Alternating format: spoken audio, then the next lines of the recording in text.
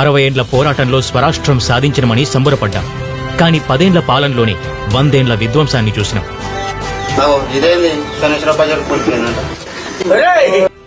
పనివంతుడు పందిరేస్తున్నాడట, కుక్క తోక తగిన కూలిపోయింది. పరిస్థితి ఈ నేల తల్లిదే శాపమేమో. తరాలుగా పరాయి వాళ్లు ఈ ప్రాంతాన్ని చెరబడతారు. ఈ ఎనుపకుంట్ల దొరలు కూడా బీహార్ నుండి వలస వచ్చిన వారే. మన తాతలు చెప్తుండే, ఎనుబోతూ ఉన్న కొట్టం, దొరలు ఉన్న గ్రామం నాశనమే అని.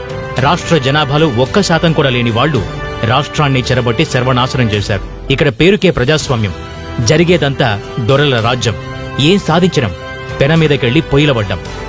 ఈ దక్కన్ నేల మీద పచ్చని పల్లెలన్నీ నేడు డ్రగ్స్, గంజాయి, బెల్ట్ షాపులతో కళకళ్లాడుతున్నాయి.